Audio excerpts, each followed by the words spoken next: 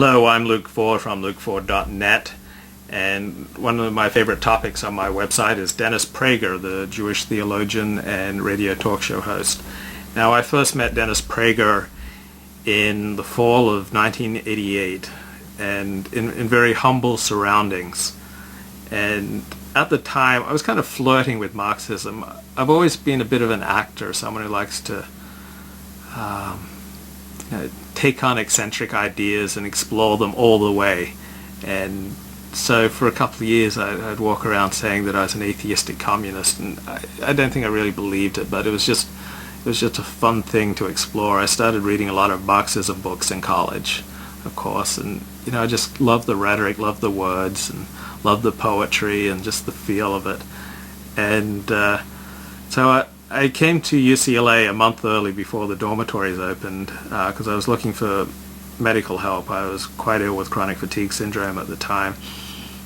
And I drove down here in my 1966 Volkswagen Bug.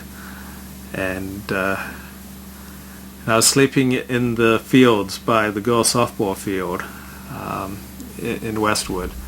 And one Sunday night I was lying there in the bushes and tuning through my radio. I was listening to a lot of talk radio, and I loved being in Los Angeles because there was so much talk radio.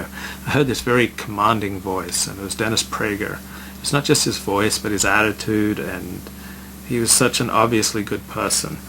And all through my life I've searched for father figures, people to mentor me. I'd often get along better with the parents of my school friends. I was often closer to them than I was to my school friends. And I still have the same trait. I still look to meet and connect and be mentored by older people. And so Dennis Prager became a hero and a mentor to me. I'd call him up on his radio show and argue with him. And I just love that. I love to argue with people and to discuss. And after I argued with him about 20 times, 30 times over the course of the next 9 months, I finally read his book, The 9 Questions People Ask About Judaism. And it persuaded me that Judaism was true, that it was God's will. And it inspired me to convert to Judaism. And Dennis Prager changed my life. He's had more influence on my life than anybody. And I've listened to hundreds of hours of his radio shows and attended many of his lectures and listened to hundreds of his lectures on tape. I remember his secretary said that I bought more of his lectures and tapes and materials than anybody. This was back in 1992, 93.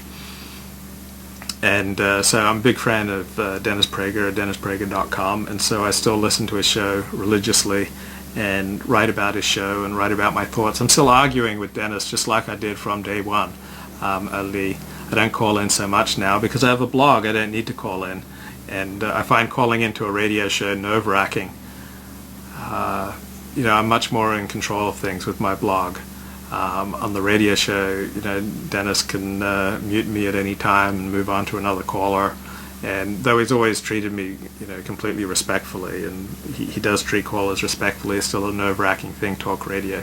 So a blog, it's a lot easier and more effective way to articulate your ideas. So through my website, lukeford.net, I'm still talking back to Dennis Prager and his radio show, just like I was back in fall of 1988 when I first encountered Prager over KABC radio.